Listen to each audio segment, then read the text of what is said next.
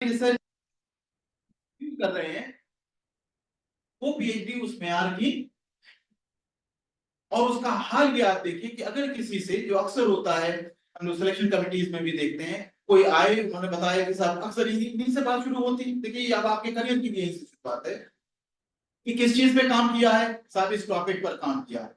और थोड़ा सा उनसे पूछिए, बताइए 1 मिनट में 2 मिनट में। तो हम एक बड़ी तादाद में लोग ऐसे होते हैं जो अपने उस काम को 2 मिनट 3 मिनट में बता नहीं पाते।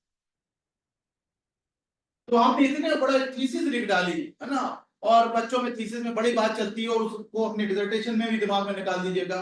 वो थीसिस 500 पेज की हो, 400 पेज की हो, कि लगता है कि वो जितनी तंदुरुस्त दिखेगी उससे उसका म्यार बढ़ जाएगा। तो हमें उस तंदुरुस्ती पे नहीं जाना ना, तो उस बॉडी बिल्डिंग पे नहीं जाना है कि 200 पेज की हो या 300 पेज की। इंपॉर्टेंट इज जो काम हमने किया है वो काम ने कितनी समझ के किया है कि कहीं पर भी हम जाएं, हम उस बात को आर्टिकुलेट भी कर लें, बता भी पाए कि मैंने क्या कहा।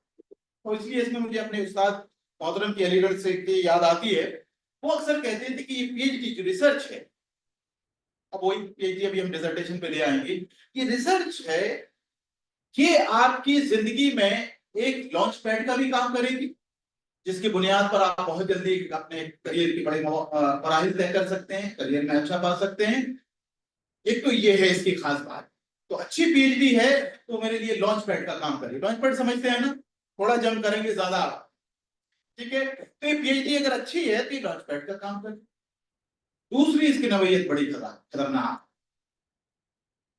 वो कहते हैं कि अगर इसको ठीक से नहीं किया तो जिंदगी भर इसके बोझ को आप ढो नहीं पाएंगे।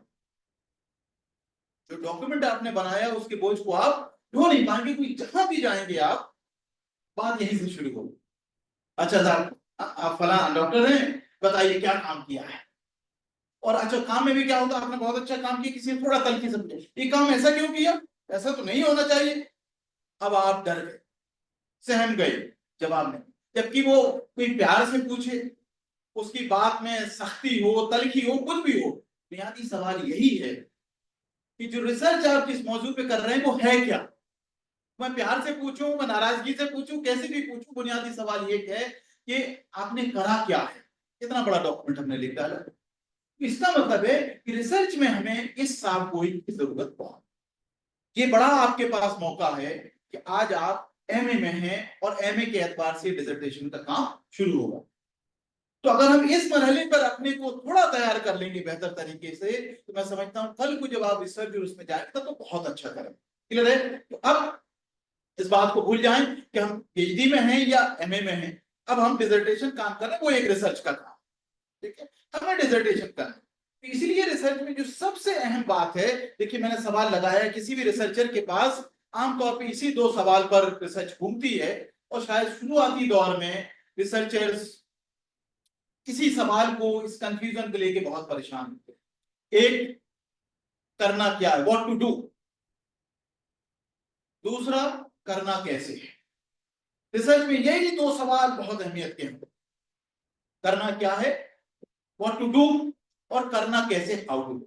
अक्सर आप देखेंगे इसमें भी बड़ा मसला है कि आते हैं पीएचडी के लेवल पे भी बच्चे आते हैं, भाई क्या करना है सर, मैं क्वालिटेटिव रिसर्च करना चाहता हूं, मैं क्वांटिटेटिव रिसर्च करना चाहता हूं, मैं एसपीएसएस से एनालिसिस करना चाहता हूं। ये क्या है, ये करना कैसे है। अब करना कैसे की बात तो बाद में आएगी, पहले बात होनी चाहिए करना क्या है ना। आप मुझसे आके बताएं कि मैं, ये नहीं बताएं कि मैं कहां जा रहा हूं, सर मैं बस से जाऊंगा, मैं ट्रेन से जाऊंगा, मैं हवाई जहाज से। अरे भाई, जाना कहां है वो पहले, मंजिल पहले। आपको टोली चौकी जाना है, सवाल पहले ये है। तो आपका जो ऑब्जेक्टिव है, आपका जो मकसद है वो ये है कि मुझे टोली चौकी जाना। अब जाना कैसे है, ये अगला सवाल होगा, वो अपनी नवैयत पे करेगा कि हमारे पास ओला उबर कम पैसे में आ रहा है कि बस कम पर आएगी या ऑटो। उसी तरीके से रिसर्च में मेहरबानी करके आज से कम जो लोग भी बैठे हैं, ये बिल्कुल गांठ बांध लीजिए कि रिसर्च की बुनियाद है इस सवाल से कि मुझे करना क्या है। रिसर्च की शुरुआत इस सवाल से नहीं है कि हमें करना कैसे है, कि क्वालिटेटिव रिसर्च करूं कि क्वांटिटेटिव रिसर्च करूं कि मिक्स मेथड्स रिसर्च करूं, वो भी आजकल चलन में आ गया। और आप हर दूसरे आर्टिकल्स रिव्यू करने को जो आते हैं, आप उसमें देखिए, थीसिस जो आती हैं लिख देंगे मिक्स मेथड, क्योंकि वो फैशन में आ गया है।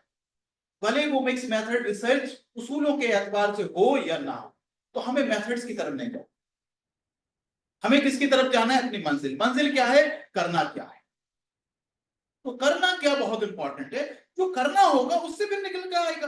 भाई मुझे डोली चौकी जाना है, एक बार तय हो गया, तो अब इसके बाद हम फैसला कर लेंगे कि इस रोड से जाना है या वो आउटर रिंग रोड लेकर जाना है ना। तो आप कहेंगे इतना लंबा रास्ता क्यों लेंगे, ये फिर आपको उस वक्त तय करना, तो मंजिल पहले। तो तहकीक में आज से हमें सोचना ही शुरू करना चाहिए बार बार कि हम करना क्या चाहते हैं। और अगर यहाँ पीएचडी के भी स्टूडेंट हैं, तो जो आपने टॉपिक ले रखा है बार बार उस पर सोचते रहिए कि है क्या, व्हाट इज दिस, इसमें हम करना क्या चाह रहे हैं, ताकि आप बहुत साफ गोई से जब कल को किसी से बात करें तो 1 मिनट में उसको आप एक्सप्लेन कर देंगे। खासतौर से उन लोगों के हवाले से कह रहा हूं जिन्होंने पीएचडी कर ली या कर रहे हैं, आपके पास अभी मौका है। तो एमए वाले जो यहाँ हैं उनके पास ये बड़ी अपॉर्चुनिटी है कि आप इस सवाल को मजबूत करें, व्हाट टू डू, और फिर करना कैसे, ये तो अपने आप आ जाएगा, वो लामोहला आपके पास ऑप्शन आएगा। क्योंकि जो करना है, जो आपको करना है, व्हाट टू डू, उससे अपने आप निकल कर आएगा कि इसको करा कैसे जाए। आगे चलते हैं। देखिए ये अक्सर बहुत हम लोग सुनते हैं, ये सुना है ना, न्यूटन के बारे में सुना आप लोगों ने। आवाज ज्यादा जोर से तेज तो नहीं हो रही, वरना इसको मैं बंद कर दूं। न्यूटन के बारे में बहुत हम लोग सुनते हैं, है ना, उन्होंने बड़े लॉज दिए, ग्रेविटेशनल फोर्स, और इसका किसी ने सिर्फ कोई बताएगा क्या है न्यूटन के बारे में बड़ी खास बात, क्या कहानी है, कोई सुनते हैं, सुनिए कहानी सबने न्यूटन के बारे में। अरे स्कूलों से लेके यहाँ तक बड़ी बार बार हमारे पास कहानी आती, तो मैंने भी सोचा उस कहानी को ले आता हूँ आपको। क्या कोई बताएगा जल्दी से क्या है न्यूटन की कहानी, कोई एक जल्दी से जी बताइए बताइए। हाँ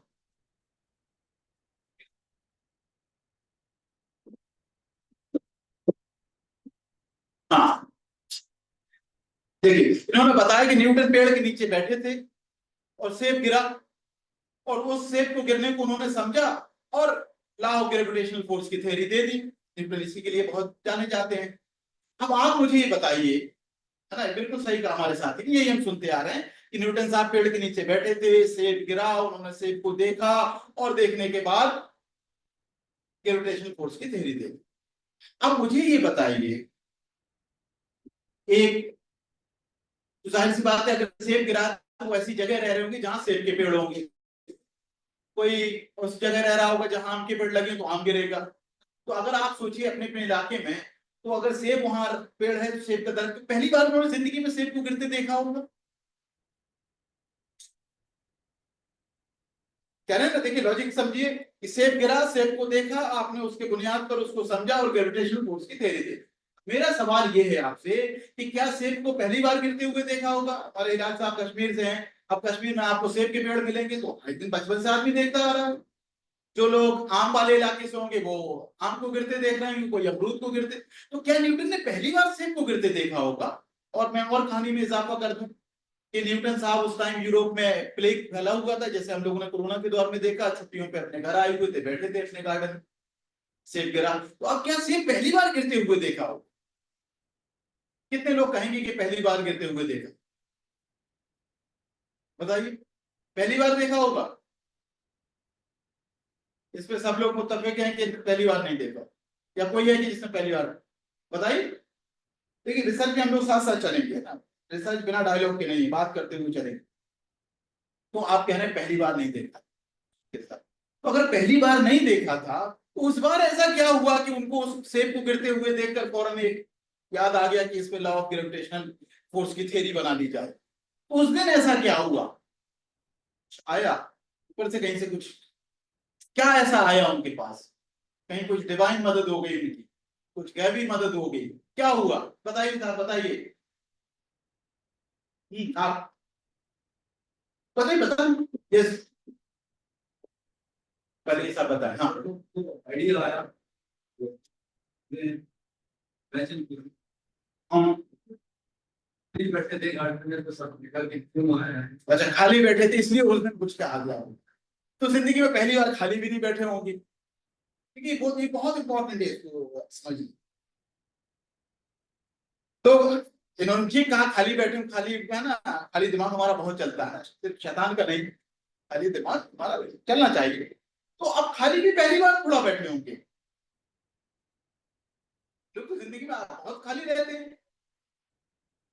फिर सवाल वहीं का वहीं रहा, तो फिर उस दिन ऐसा क्या हुआ?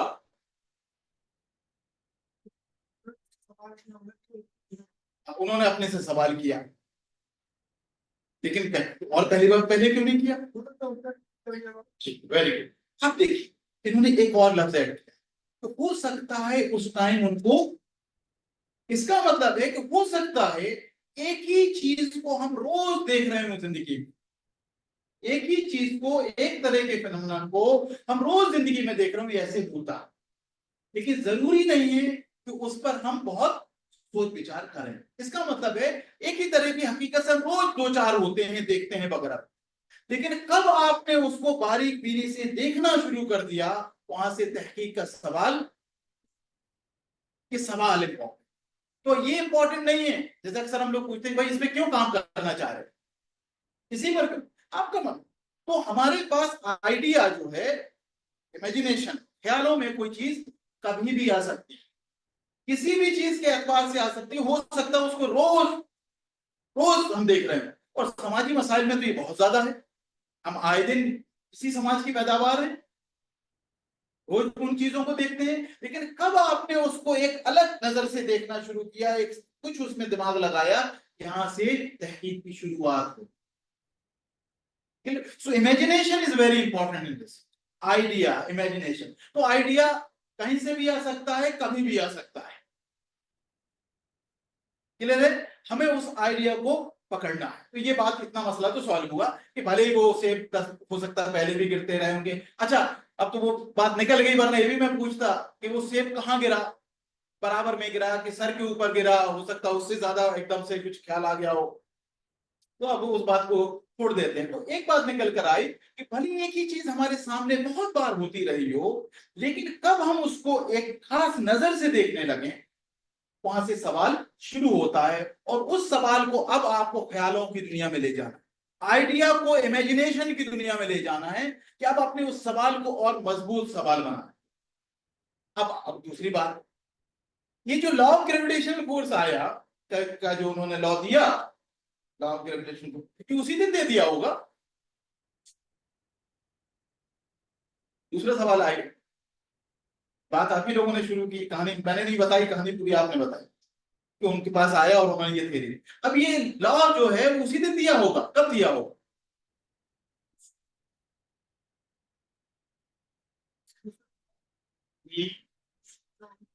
ठीक है, एक एक करके, राइट?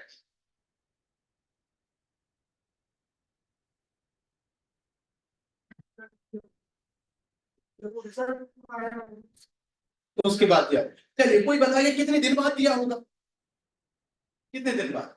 आज आइडिया आया, दो चार साल में दे दिया होगा, कोई बताएगा? आप बताइए। यस, हाँ। तो जाहिर सी बात है उस दिन तो नहीं आया हुआ होगा, जल्दी में भी नहीं हुआ होगा।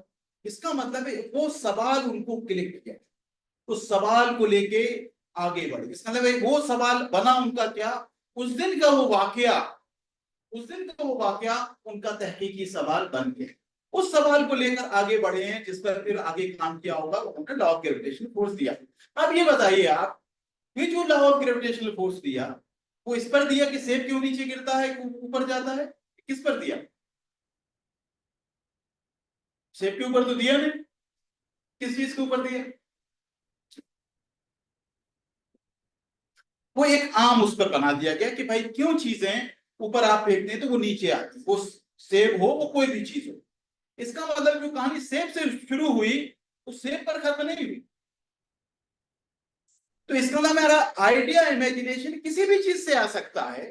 अब हमें उस सवाल को बनाना है, और उस सवाल को, उस आइडिया को, जो एक हमें आइडिया बतौर आया, अब हमें उसको अपना तहकीकी सवाल बनाना, रिसर्च क्वेश्चन बनाना है। जब हम उसको रिसर्च क्वेश्चन बनाएंगे, तो ये नहीं अब बनेगा रिसर्च क्वेश्चन कि सेब क्यों गिरता है, आम क्यों नहीं गिरता है, अमरूद क्यों नहीं गिरता है, बल्कि अब उस सवाल में शक्ल बदलने की चीजें क्यों नीचे आ रही हैं, क्यों ऊपर है। क्लियर? अब इसमें लंबा वक्त लगाओ, इसलिए हमें सोचते रहना चाहिए। हमारे पास आइडिया, इमेजिनेशन कहीं से आ जाता है। मैं इस बात सवाल को बड़ा वो बेकार मानता हूं कि पूछेंगे भाई इसी पर क्यों करना चाहते हो, उसी पर काम करना चाहिए जिस पे आपका शौक हो, क्योंकि आइडिया उन्हीं चीजों से मुताल्लिक आएंगे जो आपके दिलो दिमाग में बसी हुई चीज, जो आपसे, जिससे आपको कुर्बत है, जिसपे लग रहा है कि मुझे एक बात को समझना चाहिए। और हर किसी को समाज में जो उसके आसपास दिखता है, अलग अलग चीजें अलग अलग मुतासिर होंगी। जैसे आज आप देखें पिछले 3-4 साल में जितनी ज्यादा रिसर्चेस कोविड और उसके अराउंड हुई होंगी, शायद अभी उसके अलावा उतनी रिसर्चेस और किसी मौजू पर नहीं हो रही है। क्यों? क्योंकि ये एक ऐसा मरहला आया इंसानी जिंदगी में जिसने अलग तरीके से, बहुत ही अलग तरीके से पूरी इंसानी समाज को मुतासिर किया, तो रिसर्चेस उस पर हो रही है। इसलिए समझने की जरूरत है कि जब हम रिसर्च की बात करते हैं तो रिसर्च में इमेजिनेशन की बहुत जरूरत है, आइडियाज, ख्यालों की, उनको और, है ना, कहते हैं अक्सर तो मनफी तौर पे कहते हैं कि ख्याली पुलाव बहुत बनाते रहते हैं। इसमें बहुत इस तरह के पुलाव बनाने की जरूरत है, उसको पुलाव बनाइए, बिरयानी बनाइए, लेकिन ये ख्यालों की सतह पर हमें करने की जरूरत बहुत है। तो रिसर्च में सोचने की जरूरत बहुत है, ख्यालों की समंदर में गोते लगाने की जरूरत बहुत है, क्योंकि जितना हम सोचेंगे, जितना उस समंदर में गोते लगाएंगे, उतना शायद हमारा वो तहकीकी सवाल सवाल बनने के रास्ते में आगे जाएगा, क्योंकि वो उतना आप उसको तलाशते चले जाए। तो इमेजिनेशन की बहुत जरूरत है। दूसरा, फिर उसमें मेहनत की भी बहुत जरूरत है। एक दिन में कोई रिसर्च का प्रपोजल नहीं बनता है, उस पर हमें लगे रहना, मेहनत करनी। और तीसरा देखिए क्या, लॉन्ग इंक्यूबेशन की रिसर्च की जब हम बात करते हैं तो ये लंबा पीरियड चाहिए उसको। अब उसकी नौयत बदलेगी, जाहिर सी बात है, एमए में है तो ये आपके पास 1.5 सेमेस्टर है, लगभग आधा 1 महीना हो गया है, आपका अगला सेमेस्टर है, इसका जो बचा कुचा हिस्सा है वो नौयत बदल जाएगी।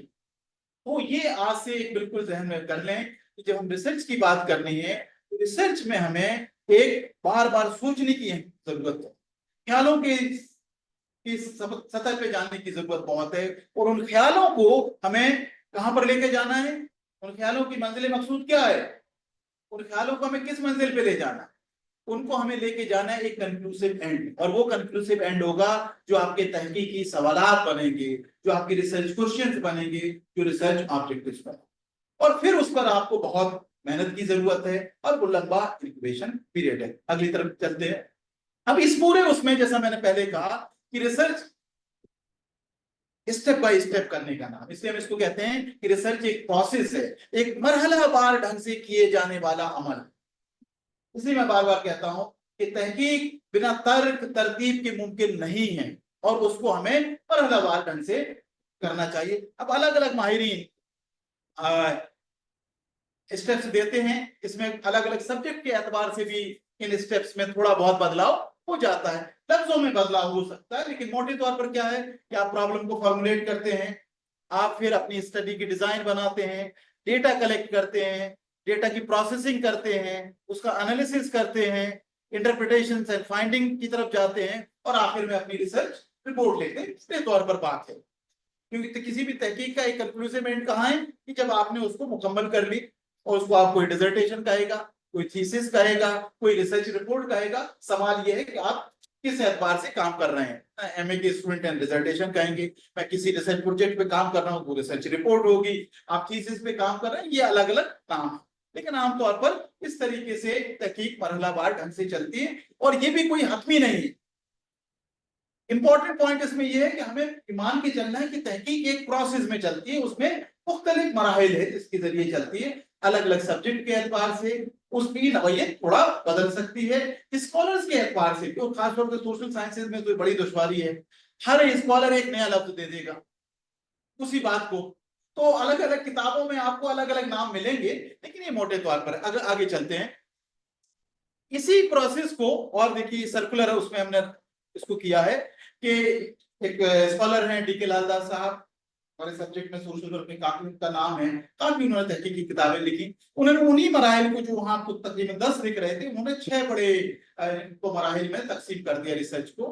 रिसर्च के देखिए पहला पहला पहला मरहला क्या है, सिलेक्शन एंड प्रॉब्लम फॉर्मुलेशन, कि मसले को ढूंढ लेना कि मुझे इस मुद्दे पर काम करना है, इस मौजू पर काम करना है। तो सिलेक्शन बहुत इंपॉर्टेंट है। वो कहां से आएगा, उसका ख्याल कहां से आएगा? अगर अभी फौरन आपसे पूछूं कि किस मसले पर काम करना है, तो क्या बोलेंगे आप? बस बोल दीजिए जो आपके दिमाग में आए।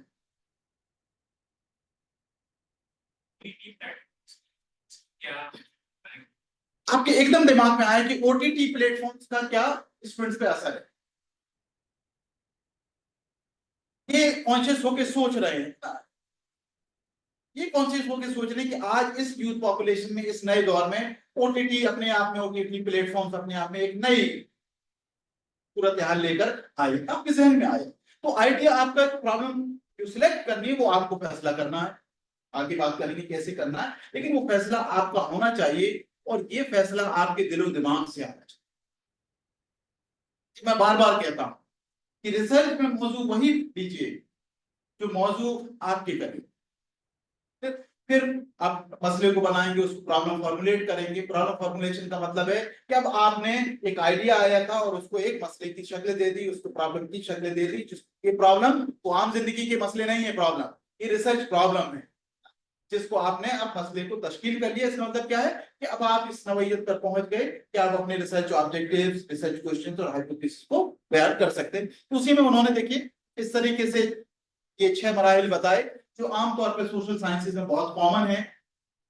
प्रॉब्लम सिलेक्शन है, फॉर्मुलेशन ऑफ प्रॉब्लम है, हाइपोथेसिस के एतबार से बात है।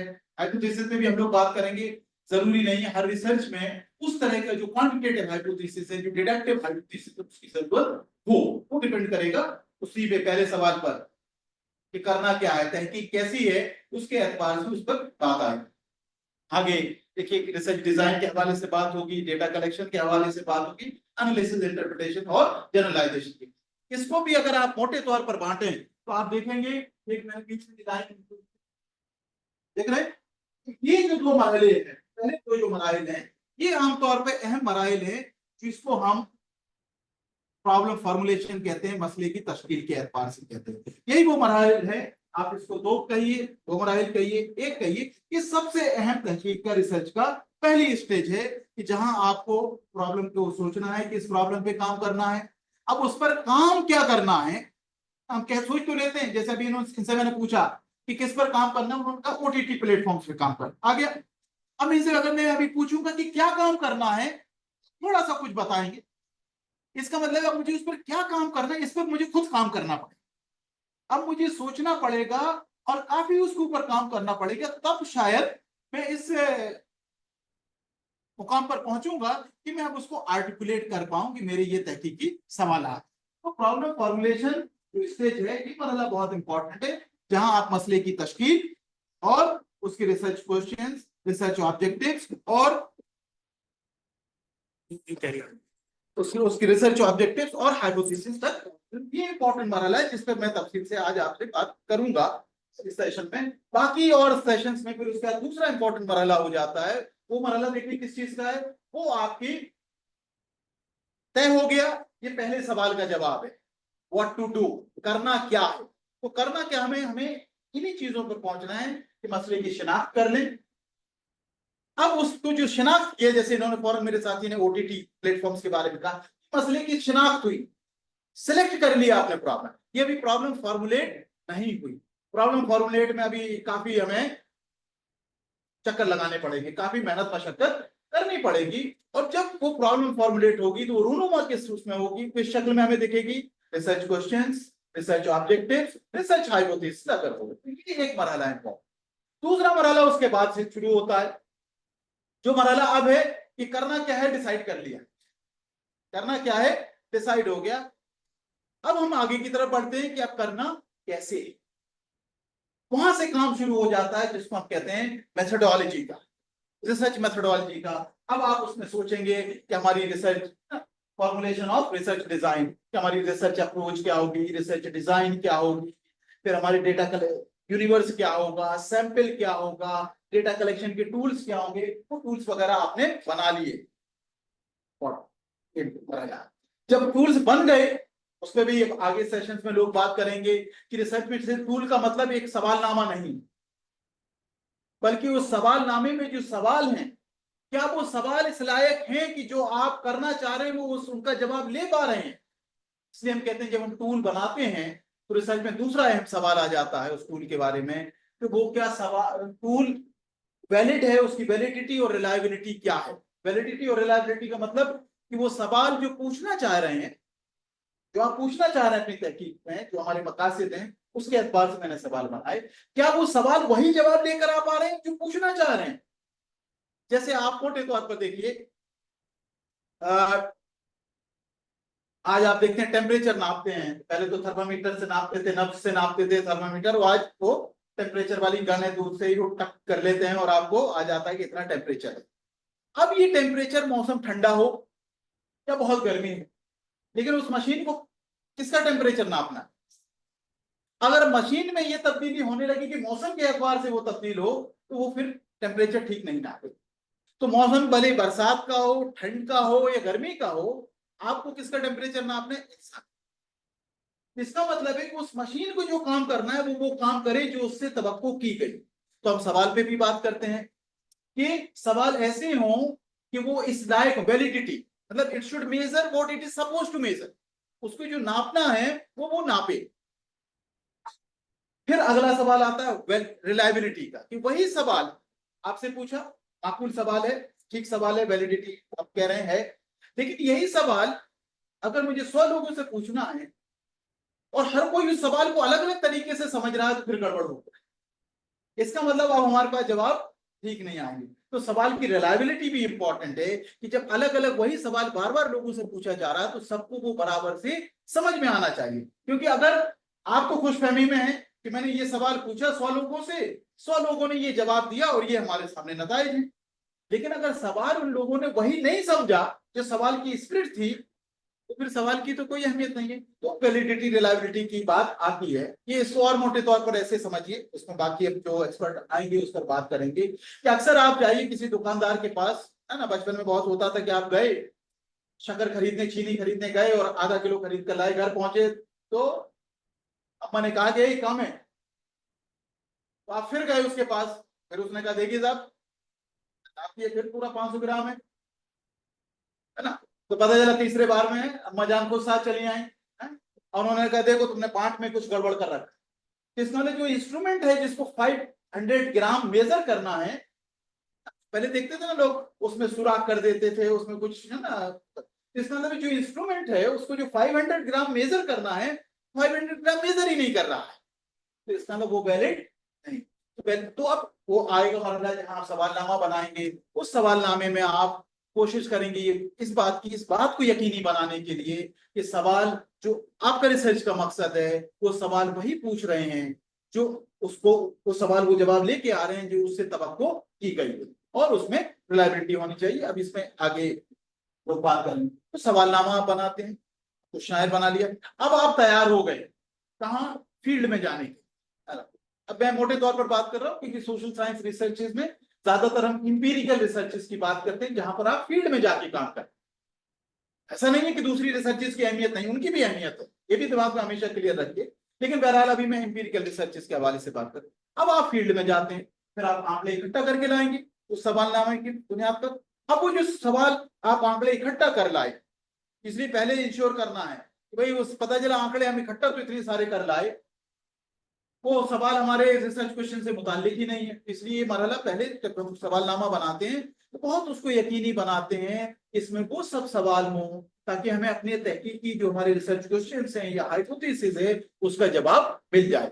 मरहला आ गया, फिर आपने डेटा कलेक्ट किया। अब डेटा कलेक्ट करके लाएंगे आप, उसकी अलग बात होगी। जब आप कलेक्ट करने जा रहे हैं उसमें आपकी ईमानदारी कितनी है, उसमें कितने आप अखलाकी उसूलों को ये पाबंद हैं, उस पर आएगा। जिनसे आंकड़े इकट्ठे करने हैं, है ना, उनसे किस तरीके से आप आंकड़े इकट्ठे किए जा रहे हैं, किस माहौल में इकट्ठे किए जा रहे हैं, वो भी इंपॉर्टेंट है ना। आप डोमेस्टिक वायलेंस पे काम कर रहे हो, आप उस बहू से सवाल पूछिए, आपके साथ मारपीट होती है और वहीं उसकी सास भी बैठी है, कैसा जवाब मिलेगा। जवाब तो मिलेगा, आप पूछ रहे हैं बाहर से साहब आए हैं, मिल जाएगा आपको जवाब। अब ये जो जवाब मिलेगा, ये जवाब क्वेश्चन मार्क लगा।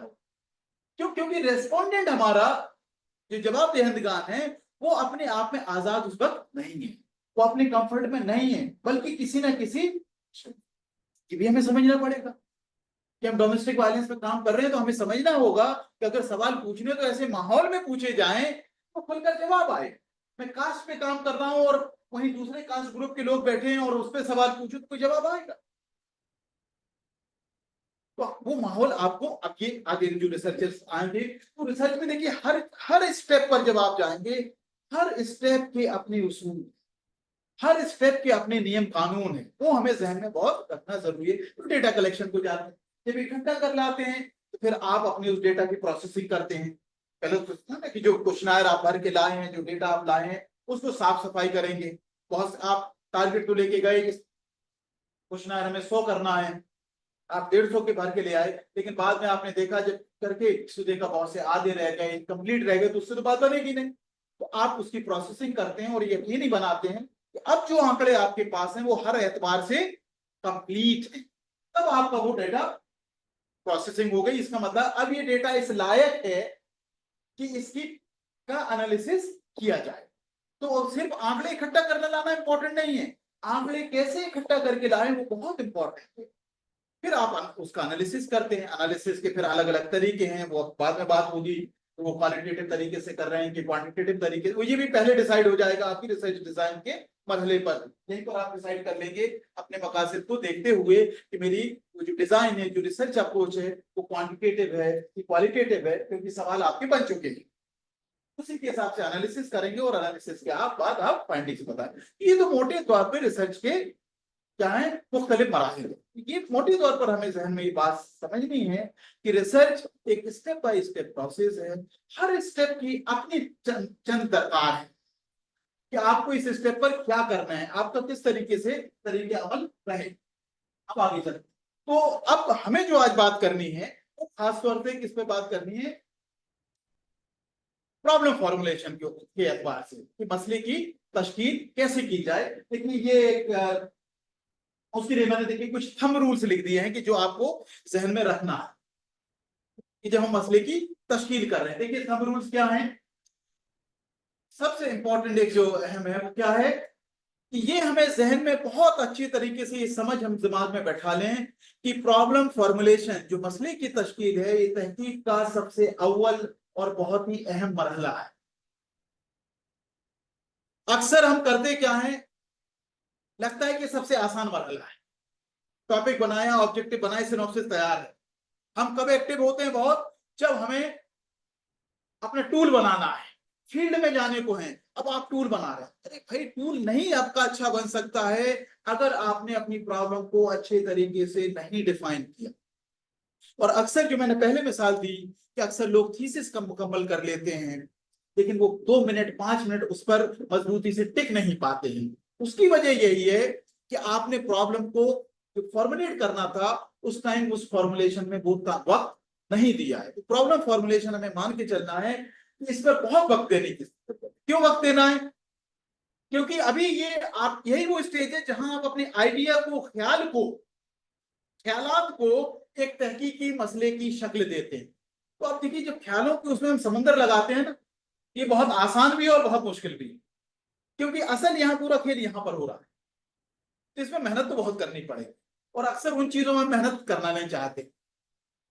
तो प्रॉब्लम फॉर्मुलेशन हमें आज ये जहन में रखें कि अगर हमें वाकई में अपनी तहकीक से अच्छा आउटपुट निकालना है कि वो बहुत फलदार हो, तो फिर हमें जरूरत है इस बात की कि हम ये बिल्कुल जहन नशी कर लें कि प्रॉब्लम फॉर्मुलेशन अपने आप में तहकीक का सबसे अव्वल और सबसे अहम मरहला है, बहुत अहम मरहला।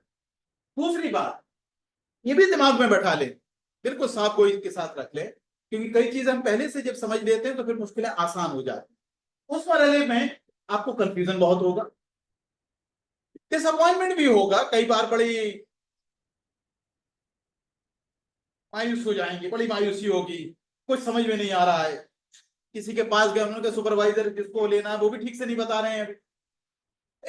ये सबके साथ होता, हमारे साथ हुआ, आपके साथ हो रहा होगा, होने वाला होगा, ये चीजें आएंगी। तो ये भी हमें मान के चलना है कि जब इस मरहले पर कंफ्यूजन आएंगे, मायूसी आएगी, कभी कभी अफसोस भी लगेगा, कहते भाई ये क्यों डिसर्टेशन ले ली। कई बार बहुत पीएचडी स्टूडेंट कहते हैं कि यार पता नहीं कौन सी गलती की ये रिसर्च में दाखिला ले ली। ये सब बहुत होता है।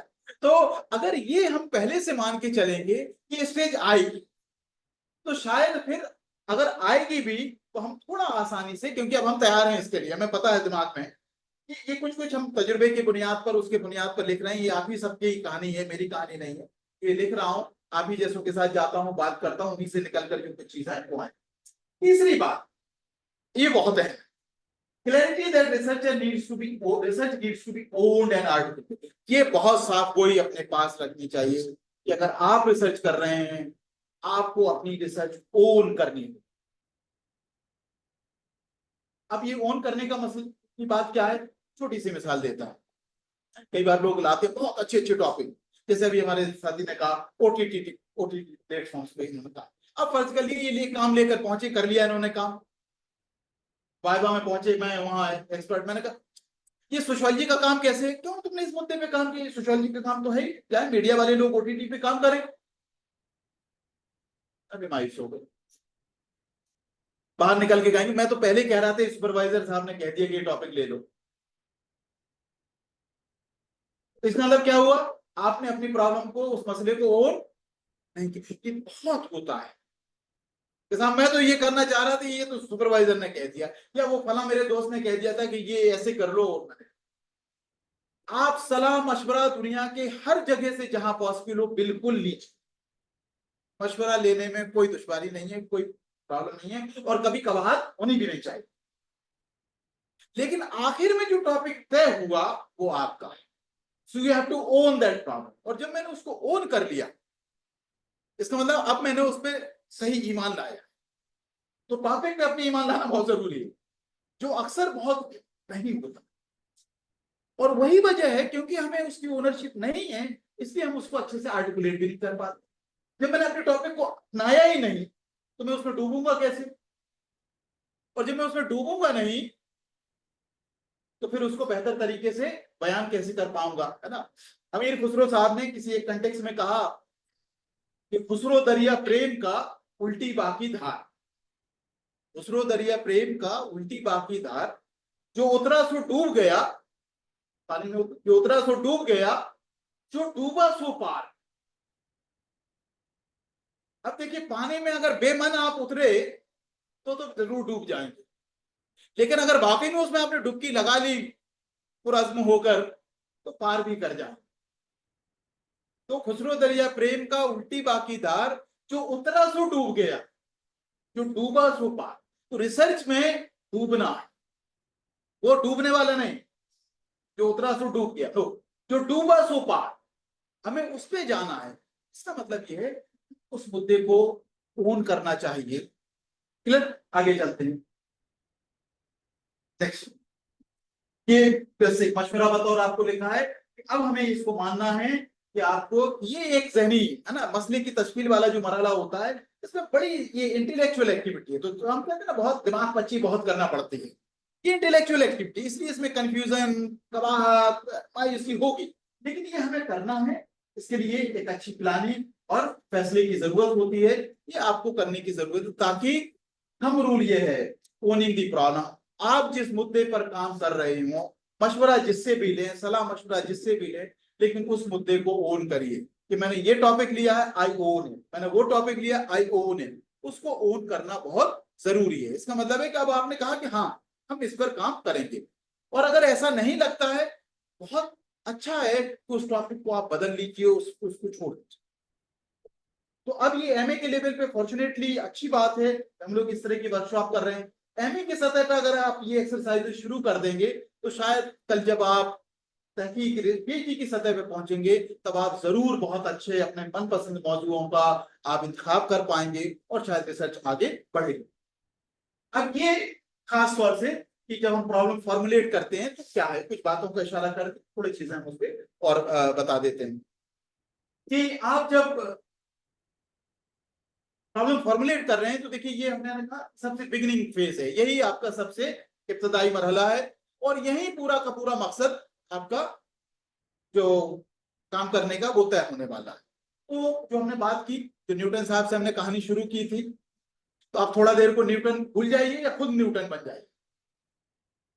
और वो हमें बनना क्या है कि रिसर्च का कि कहानी कहीं से आपको जो मौजूद लेना है, प्रॉब्लम सिलेक्शन, प्रॉब्लम फॉर्मुलेशन, सबसे पहला स्टेप क्या है, प्रॉब्लम सिलेक्शन। जो आपको मौजू का इंतखाब करना है उसके लिए आइडिया इमेजिनेशन कहीं से आ सकता है, ठीक है, उसके लिए आइडिया कहीं से आ सकता है। अब अहम यह है कि उस आइडिया को हमें एक तहकीकी मसले की शक्ल देनी, उस आइडिया को हमें एक रिसर्च प्रॉब्लम की शक्ल देनी, उस आइडिया को हमें आगे लेकर चलना है ताकि उसमें तहकीक की जा सके।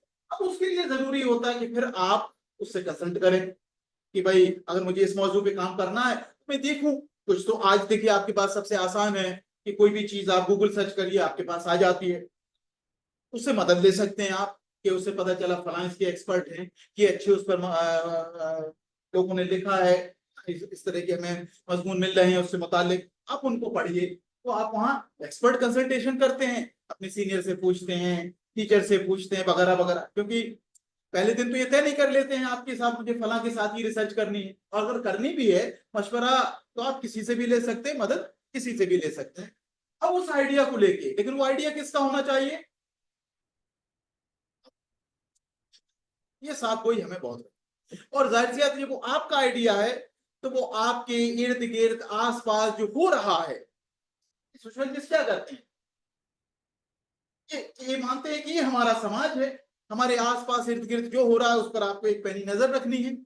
उसके एतबार से जो आपको लगा कि हाँ ये मुद्दा मुझे अपील कर रहा है तो करेंगे। सबका अपने, जैसे अभी एक साथी से पूछा, उन्होंने फौरन बहुत अच्छा जवाब दिया, ओटीटी प्लेटफॉर्म। अगर आपसे पूछूं तो क्या जवाब देंगे, जल्दी बोलिए, बस एक सेकंड, बाकी लोग सोच कर रखें, मैं कहीं पे भी कहीं किसी से पूछ लूंगा। चलिए आप बताइए जब तक इनको सोचने दीजिए। हाँ देखिए, अब इनके पास एकदम से ख्याल आया सैनिटेशन वर्कर। अब अगर ये इनके पास जवाब आया सैनिटेशन वर्कर, किसी वजह से आया होगा, कुछ सोचा होगा, उस टॉपिक में कोई इंटरेस्ट होगा, कोई उसका एक पसी मंजर होगा। क्योंकि हम इंसानी समाज की जब बात करते हैं तो there is nothing without logic, even if we say there is logic और नॉट। जब भी हम कहते हैं तो कोई भी बात हवा में नहीं होती, बेवजह भी नहीं, कोई वजह है। अब वो और बात है कि उस लॉजिक की हमें क्वालिटी को इंप्रूव करना है कि वो वजह हमारी कितनी, है ना, वजनदार है, तो कहीं ना कहीं है। तो हम सबके पास जब आइडिया की बात करते हैं तो सबके पास कुछ चीजें होती, हो सकता है आप दो तीन ऑप्शन हो आपके पास, आपने मैं इस पे भी करना चाहे, इस पे भी करना चाहे। यहाँ पर जब हम अगले बार जाते हैं लोगों से कंसल्ट करने, वो आपके सीनियर्स हैं, वो आपके टीचर्स हैं, वो आपके शोबे के लोग हैं, दूसरे शोबे के लोग हो सकते हैं, आप कंसल्टेशन। और सबसे अहम है उसमें रिव्यू ऑफ लिटरेचर, उसकी तफसील में मैं नहीं जाऊंगा क्योंकि उस पर बिल्कुल सेशन होगा।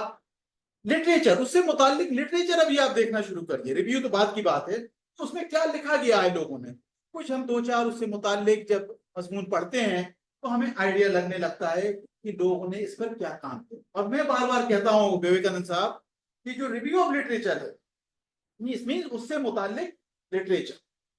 अब जब मैं अब जब बड़ी हर चीज को है ना थोड़ा कंडीशन लगा के बोलना पड़ता है आज के दौर में, आप जब मजमून को देख रहे हैं, मैं जो सैनिटेशन वर्कर पे काम कर, तो मैंने कुछ लोगों से कंसल्ट किया, उन्होंने कहा फला आर्टिकल्स देख लीजिए, फला किताब देख लीजिए, या आपने सर्च किया गूगल गूगल सर्च किया, आपको आर्टिकल। उसमें आज ये भी बहुत देखना जरूरी है इस इंफॉर्मेशन टेक्नोलॉजी के दौर में, जैसे गूगल सर्च करेंगे दुनिया की हर चीज आ जाएगी आपको, तो आपको फिल्टर लगाना होगा। चाय छानते हैं ना, तो आपको अगर पत्ती के साथ चाय पीनी है, मत छानिए आप, बिना उसको हटाना है तो छन्नी लगानी पड़ेगी, फिल्टर लगाना पड़ेगा। तो इसी तरीके से हमें फिल्टर लगाना पड़ेगा कि वो अच्छे मजामीन हमें कहाँ मिलेंगे। तो आपके टीचर कहेंगे भाई देखिए हमारी सोशियोलॉजी से मुतालिक सोशियोलॉजिकल बुलेटिन को आप देखिए, उसमें जो भी आर्टिकल होगा, पहली एक शर्त तो ये है कि आर्टिकल अपने आप में एक मयारी आर्टिकल होगा। तो आप कंडीशंस अपने ऊपर लगा लेते हैं। तो आपने अच्छे जनरल से देखे, और ये आपने सबसे दरखास्त करूंगा कि अपने अपने सब्जेक्ट के, आप सोशियोलॉजी से हैं, आप एजुकेशन से हैं, आप सोशल वर्क से हैं, आप इकोनॉमी से, व्हाटएवर डिसिप्लिन, किसी भी शोबे से आप हैं, अपने अपने शोबे के, अपने अपने सब्जेक्ट के, डिसिप्लिन के, आप कम से कम चार पांच जनरल्स जो अच्छे रिसाले हैं उनके नाम जरूर जानें। कि सोशियोलॉजी में हूं तो आप सोशियोलॉजिकल बुलेटिन है, कंटेम्परेरी सोशियोलॉजी है, फला, इस तरह से अब पता रहने चाहिए। जब हम उन जर्नल्स में आर्टिकल को ढूंढते हैं तो पहली कंडीशन ये होगी कि उसमें जो मिलेगा एक म्यारी होगा, अब गूगल से आपने ले लिया, और गूगल से भी बड़े हैं साहब, विकिपीडिया से आपने ले लिया, और टेक्नोलॉजी आ गई तो आपने कमांड दे दी, चैट जीपीटी ने आपको पूरा बना कर दे दिया। टेक्नोलॉजी, हर टेक्नोलॉजी बहुत अच्छी है, अहमियत की, लेकिन हमें तय करना है कि मुझे किस रास्ते। हो सकता है चैट जीपीटी आपको बहुत अच्छा प्रपोजल नहीं बना के दे दे, प्रपोजल ही बन गया, मसला तो सोचिए, छोड़िए, आप लेकर पहुंच गए, आप जाएंगे प्रेजेंटेशन देने, यहां से आपकी कहानी खराब होना शुरू, अच्छी होना नहीं शुरू। तो हमें सोचना है, तो इसलिए इसमें मेहनत मशक्कत अपनी करनी, उसकी मदद लीजिए आप, लेकिन आपको तय करना होगा हमें कौन से फिल्टर्स लगाने हैं। लिटरेचर रिव्यू बहुत, या लिटरेचर बहुत इंपॉर्टेंट है। अब देखिए, जब वो लिटरेचर आप देख रहे हैं, इससे समझने की कोशिश करिए प्रॉब्लम फॉर्मुलेशन में ये कैसे आसान कर। आपने एक आर्टिकल लिया, सैनिटेशन वर्कर पे लिया, ठीक है, फर्ज कर लिए मैंने भी मैनुअल स्क्वेंजिंग पे लेट से काम किया, आपने पूना सोशल चेंज जर्नल में शायद से आपका आर्टिकल है, caste culture and violence manual scavenging in India, उस पर आप अब जब आप उस आर्टिकल को पढ़ रहे हैं, और अच्छे जर्नल्स की, क्यों हमें म्यारी जर्नल्स की बात कर रहा हूं, क्योंकि जब अच्छे जर्नल्स को हम देखते हैं तो कुछ चीजें उसको उनमें इंश्योर्ड होती, कुछ चीजें बिल्कुल यकीनी होती, तभी वो उसमें छपेगा नहीं ना। क्या कि आप साफ गोई से बताएं अपने मसले को, कि वाई प्रॉब्लम कौन सेट करते हैं, इंट्रोडक्शन में साफ गोई मिलेगी, उसके रिसर्च ऑब्जेक्टिव्स में साफ गोई मिलेगी, जो रिसर्च क्वेश्चंस लिए हैं उसकी मेथोडोलॉजी में साफ गोई मिलेगी, उसके एनालिसिस इंटरप्रिटेशन में साफ गोई मिलेगी। तो अब क्या हुआ, एक आर्टिकल आपने देखा, उस आर्टिकल से आपको ये समझ में आया कि टॉपिक बनाते कैसे, उस आर्टिकल को आपने पढ़ा तो आपने देखा कि वो अपने रिसर्च क्वेश्चन पे पहुंचने से पहले उन्होंने और किन किन स्टडीज का हवाला दिया है, और जिन स्टडीज का हवाला दिया है उन स्टडीज को कैसे पेश किया है, किस तरह से पढ़ा और किस तरह से उनका एनालिसिस लिखा, फिर उन्होंने उसमें आपको क्वेश्चंस मिलेंगे। वो क्वेश्चन, क्योंकि रिसर्च क्वेश्चन लिखने की अलग जबान है, ऑब्जेक्टिव्स लिखने की अलग जबान, हाइपोथेसिस लिखने की अलग जबान ना, उनका कंस्ट्रक्शन, सेंटेंस स्ट्रक्चर मुख्तलिफ होगा। तो जब आप अच्छे रिसर्च जर्नल्स देखते हैं, ये चीजें आपको मिलेंगी। क्वालिटेटिव है मेथोडोलॉजी, तो आप देखेंगे उसके ऑब्जेक्टिव्स आप देखेंगे एक अलग तरह के होंगे, उसकी वजह से वो क्वालिटेटिव मेथोडोलॉजी है। आप उसके क्वेश्चंस देखेंगे, हाइपोथेसिस देखेंगे, उसके हिसाब से देखेंगे, इसकी मेथोडोलॉजी बिल्कुल मुख्तलिफ है। तो अच्छे जब हम लिटरेचर को रेफर करते हैं तो वो हमें मदद करते हैं, कि मैं ये लेक्चर नहीं मदद करेगा आपको प्रॉब्लम फॉर्मुलेट करने में, मदद इस तरह के आर्टिकल्स करें। मैं यही बताने आया हूं, है ना, कि ये आर्टिकल्स को जब हम देखेंगे तो हमें ये आइडिया लग जाएगा कि टॉपिक को कैसे कंस्ट्रक्ट करते हैं, ऑब्जेक्टिव्स को कैसे लिखते हैं, रिसर्च क्वेश्चंस को कैसे लिखते हैं, हाइपोथेसिस को कैसे लिखते हैं। अच्छी ऐसी अगर मैंने 5-6 स्टडीज देख ली, मुझे वो जबान आ गई, तब मेरे मुझसे कोई भी ये नहीं पूछेगा कि भाई ये समझ में नहीं आ रहा है कि आपका हाइपोथेसिस है या रिसर्च क्वेश्चन है, ये हाइपोथेसिस है या कहानी है। कई बार देखिए, अभी हाइपोथेसिस कई जगह लोग पूरी कहानी लिख देंगे, हाइपोथेसिस नहीं होगा, अभी उस पर आऊंगा। तो अच्छे हम जर्नल्स को देखें, एक तो दूसरा, क्योंकि हमें एमए डिसर्टेशन किया, आप देखिए बहुत से इदारों में एमए डिसर्टेशन हो रही है, कम से कम पीएचडी तो जमा हो रही है।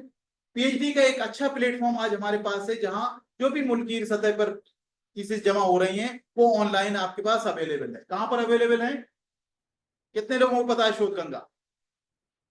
बस शोध गंगा का नाम किसी ने सुना है ना, तो अब ये रिसर्च की गंगा है ना। तो अब देखिए, शोध गंगा एक हमारे पास ऑनलाइन प्लेटफॉर्म है, क्योंकि आज मैंडेटरी है इदारों के ऊपर, आज इंस्टीट्यूशंस के ऊपर मैंडेटरी है कि जो भी पीएचडी हो रही हैं, जमा हो जा रही हैं, अवार्ड होने के बाद उसको वहां अपलोड करना है। और बहुत सी यूनिवर्सिटीज ने पुरानी से पुरानी पीएचडी अपनी उस पर अपलोड कर दी। अगर मान लीजिए आपको सैनिटेशन वर्कर्स पे काम करना है, अब आपने शोध गंगा में सर्च किया सैनिटेशन वर्कर का, आपको हो सकता है एक से एक अच्छी थीसिस मिल जाए। आपको ये देखना है कि जेएनयू में कैसी थीसिस जमा हो रही है, जेएनयू की आपने एक 5 थीसिस निकाली है उस मौजूद पर, सिर्फ और सिर्फ ये मैं सोच रहा था यहाँ करके लाऊंगा, लेकिन मैंने कहा ये टाइम है नहीं, क्योंकि हम अपने यहाँ प्रॉब्लम फॉर्मुलेशन आधा दिन करते हैं उस पर, है ना, मुझे टाइम का इशारा कर दीजिएगा। आपने कोई एक थीसिस ली, उसका टॉपिक लिखा, उसके रिसर्च क्वेश्चंस लिखे।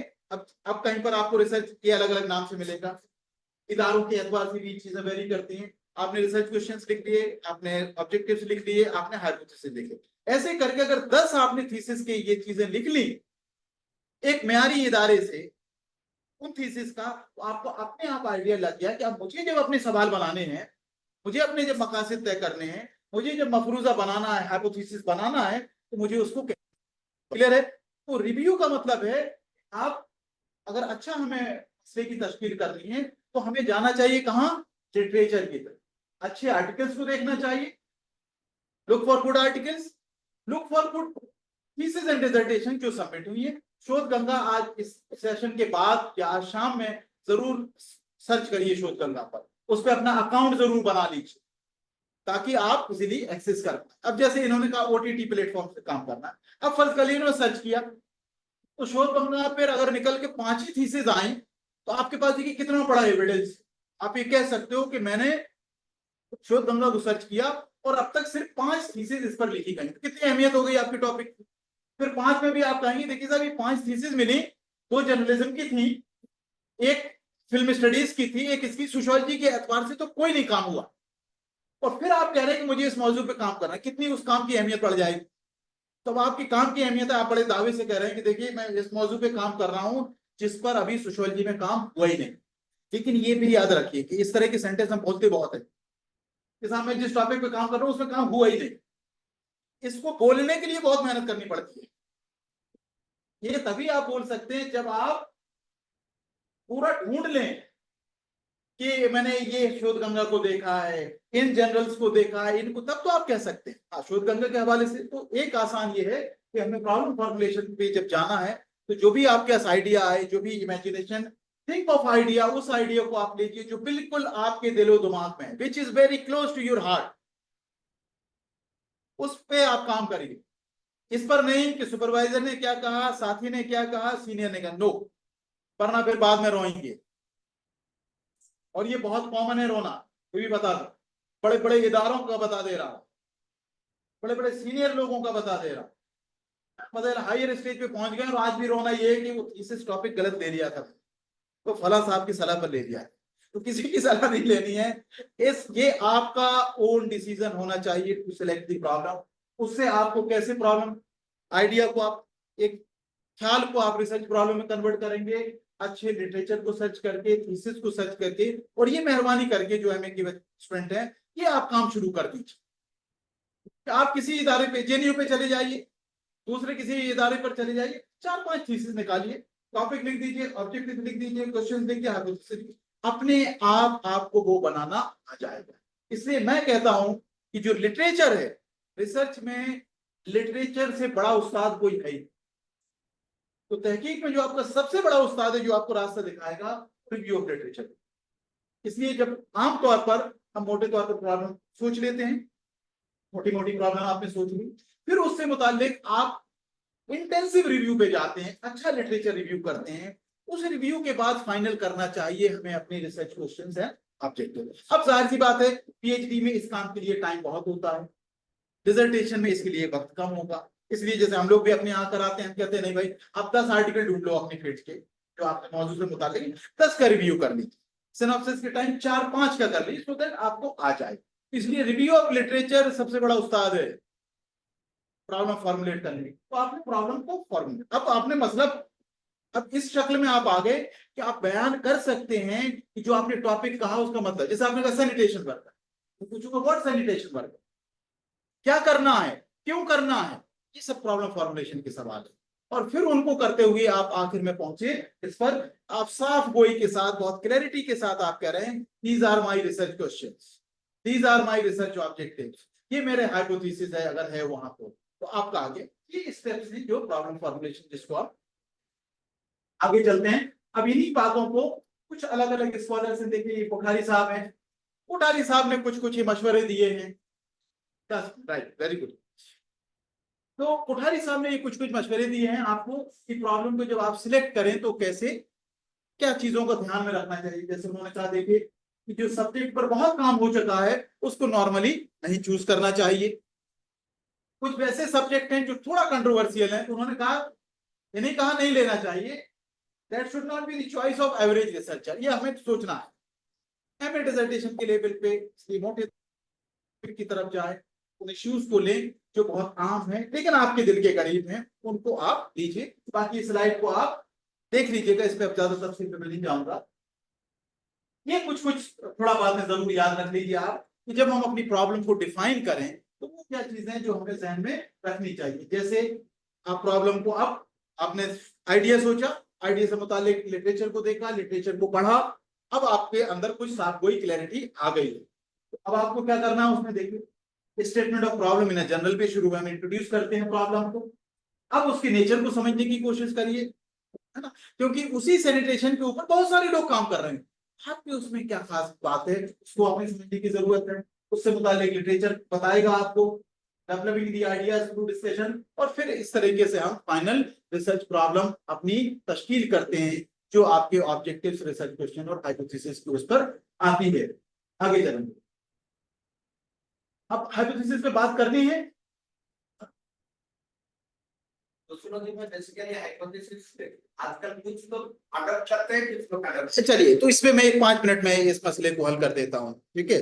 चलिए, इसको भी आपके इधर ले चलता हूँ, तो उधर रहूंगा तो ज्यादा बोलूंगा, यहाँ कम। अब देखिए, हमने बात क्या की कि प्रॉब्लम को कैसे हमें तश्कील करना। तो मैंने कहां से शुरुआत की थी कि करना क्या है, करना क्या है। अब ये करना क्या हमें पता चलेगा कि किसी मुद्दे को हम सिर्फ फैक्ट फाइंडिंग, सिर्फ मोटे तौर पर उसके एतबार से जानकारी हासिल करना चाहते हैं, वो एक तरीका है। अगर हम जानकारी हासिल करना चाह रहे हैं तो ये हमारी एक तरह की रिसर्च होगी जिसमें हम प्रॉब्लम को एक्सप्लोर करना चाह रहे हैं। दूसरा तरीका है कि प्रॉब्लम को हम बहुत बारीक बीनी से मुताला करना चाह रहे हैं, उसकी इनडेप्थ अंडरस्टैंडिंग के लिए आप समझने की कोशिश कर रहे हैं, प्रॉब्लम फिनोमेना को बहुत बारीकी से डिस्क्राइब करना चाह रहे हैं, जो अभी आपके सर इशारा कर रहे हैं। इसका मतलब है कि अब आप उसके बहुत क्वालिटेटिवली समझना चाह रहे हैं, उस प्रॉब्लम की बारीकी डायमेंशंस को समझना चाह रहे हैं। तो इस तरह के उसमें अपने आप जो डिजाइन की तरफ जाएंगे वो डिस्क्रिप्टिव डिजाइन होगी, वो क्वालिटेटिव रिसर्च की तरफ जाएंगे, जहां पर आपको उसी फिनोमेनन की इनडेप्थ अंडरस्टैंडिंग करनी है। उसमें आमतौर पर आप क्वालिटेटिव रिसर्च की तरफ जाएंगे। अगर आपको, ये गौर से सुनिएगा, अगर आपका तहकीक का मकसद ये है ये देखना कि क्या एक प्रॉब्लम है, लेट्स से डॉरी, जहेज एक प्रॉब्लम, ठीक है। अब अगर आप ये साहब कोई के साथ बताना चाहते हैं कि क्या, सुनिए तहकीक के सवाल और से, कि आपके अगर सवाल ये है कि क्या तालीम में और जहेज के बीच में कोई रिश्ता है, आप ये देखना चाह रहे हैं कि क्या तालीम और जहेज के बीच में कोई रिश्ता, इसका मतलब है कि अब आप ये साइंटिफिकली बताना, चेक करना चाह रहे हैं कि is education related to dowry, is there any relationship between education and dowry. तो जब भी कहीं हमारी रिसर्च में, रिसर्च का मकसद ये है कि जो मसला है उस मसले की चीजें उससे कैसे जुड़ी हुई, तो क्या एजुकेशन का डॉरी के साथ रिश्ता है, इसको थोड़ा आगे आप बढ़ा दें, एजुकेशन का डॉरी के साथ कोई रिश्ता है, इनकम का डॉरी के साथ कोई रिश्ता है, और आगे चले जाइए। हाँ, बस रुक जाइए, है ना। जैसे लेट से, हाँ, डॉरी का ये थैंकफुली एग्जांपल है, कुछ दिख रहा है ना आपको। अगर हमारे सवाल ऐसे हैं कि is there any relationship between education and dowry, is there any relationship between income and dowry, कहते हैं ना कि चाहे साहब वो उधर लोग होता होगा, उनके बीच में होता हर जगह है, लेकिन हम लोग, तो अगर अब मुझे साइंटिफिकली ये टेस्ट करना है, साइंटिफिकली ये टेस्ट करना है कि इसके और इसके बीच में रिश्ता है या नहीं, इस तरह की रिसर्च, इस तरह की रिसर्च में हाइपोथेसिस जरूर होगा, उस हाइपोथेसिस को हमें टेस्ट करना होगा, और उसके लिए हमें क्वांटिटेटिव रिसर्च की तरफ जाना। क्लियर है? इस तरह की रिसर्च को हम कहते हैं quasi experimental design based research. तो हाइपोथेसिस, इस तरह के हाइपोथेसिस को हम कहते हैं डिडक्टिव हाइपोथेसिस, जहां पर हम उसमें दो वेरिएबल के बीच में, ये वेरिएबल हो गया एजुकेशन एंड डॉलर, दो वेरिएबल की रिलेशनशिप को टेस्ट करना चाह रहे हैं कि रिलेशनशिप एग्जिस्ट करती है या नहीं करती। तो जब हमें टेस्टिंग करनी है, समझ लिए बिल्कुल ना, जब हमें टेस्टिंग करनी है, अगर हमारी तहकीक का मकसद ये है कि एक मसला है और हम ये देखना चाहते हैं कि उस मसले को कौन कौन सी चीजें मुतासिर करती हैं या नहीं करती हैं, तो dowry is a problem, social problem, उसको क्या education, income, religion, caste group, region, जो भी वेरिएबल आप ले लें, क्या वो उसको मुतासिर करते हैं? ये मेरे तहकीक के ऑब्जेक्टिव है। तब मुझे उसके लिए हाइपोथेसिस बनाना पड़ेगा। हाइपोथेसिस सिंपल टर्म्स में बन जाएगा। स्टैटिस्टिक्स वाले लोग कहते हैं कि आप नल हाइपोथेसिस बनाइए, मतलब आप इससे चलिए कि कोई रिश्ता नहीं है। तो आपने कहा there is no relationship between education and dowry, there is no relationship between income and dowry, there is no relationship between religious practices and dowry, बना लिया आपने। अगर इस तरह की हमारी रिसर्च है तो आपकी जो डिजाइन होगी वो डिजाइन क्वाज़ी एक्सपेरिमेंटल डिजाइन, उसमें क्योंकि आपको टेस्ट करना, उसके लिए आपको क्वांटिटेटिव रिसर्च पे जाना होगा, उसके लिए आपको डेटा इकट्ठा करके स्टैटिस्टिक्स लगानी होगी, और स्टैटिस्टिक्स जो है आपको बताएगी कि वो रिलेशनशिप सिग्निफिकेंट है या नहीं। क्लियर हो रही बात? उस जगह पर, और इसलिए उस कॉन्टेक्स्ट में हम कहते हैं कि रिसर्च हमें ना सिर्फ रिजल्ट बताती है बल्कि हमें रिजल्ट प्रिसीजन और प्रोबेबिलिटी के साथ भी बताती है कि ये बात है और ये इतने परसेंट प्रोबेबिलिटी के साथ करेक्ट है। जैसे आपने कहा 0.05 अगर पी वैल्यू आ रही है तो मान लेंगे, इसका मतलब है कि 95% प्रोबेबिलिटी है कि ये बात ठीक है, 5% की प्रोबेबिलिटी नहीं है, लेकिन हम 95% में सोशल साइंस में मान लेते हैं। यही दवाओं का केस होगा तो नहीं मानेंगे। मेडिकल साइंसेज में अगर आप हैं तो वहां देखिए वो प्रोबेबिलिटी बढ़ जाती है, वहां वो जाएंगे 0.0001%। आप लोग कई बार देखते होंगे बहुत सी हाई डोज जो है सीवियर इंजेक्शन होते हैं, लगाने के बाद वो कहते हैं रुके रहिए आप, क्योंकि उसकी प्रोबेबिलिटी है कि 1 लाख में हो सकता है एक कोई ऐसा हो सकता है। तो ये प्रोबेबिलिटी हमें बताती है कि हम कितने कॉन्फिडेंस से अपनी बात कह रहे हैं। तो आपने कहा एजुकेशन और डाउरी के बीच रिश्ता है, आपने स्टैटिस्टिक्स लगाई और P value 0.001 I, it means आप ये कह रहे हैं कि 99% प्रोबेबिलिटी है कि this is true, but 1% probability is this may not be. तो जहां पर हमारी रिसर्च उस तरह के ऑब्जेक्टिव्स होंगे जहां हमें वेरिएबल के बीच की रिलेशनशिप को टेस्ट करना है, स्टैटिस्टिकली प्रूव करना है, वहां हाइपोथेसिस आएगा। जहां हमारा मकसद मुद्दे की बारीकी से मुताला करना है, उसकी बारीकियों को देखना है, उस तरह की रिसर्च फिर क्वालिटेटिव में जाएगी और उसकी जरूरत पड़ेगी। ये लेकिन आखिरी बात जरूर ध्यान में रखें, चाहे वो क्वालिटेटिव रिसर्च हो चाहे क्वांटिटेटिव रिसर्च हो, हर तरह की रिसर्च मेथोडोलॉजी अपने आप में अहमियत की हामी है, इसमें कोई बिरादरी नहीं है, दर्जाबंदी नहीं है। सवाल ये है कि हमारे जैसे मकासद होंगी उस तरह से मेथोडोलॉजी होगी। बहुत बहुत शुक्रिया।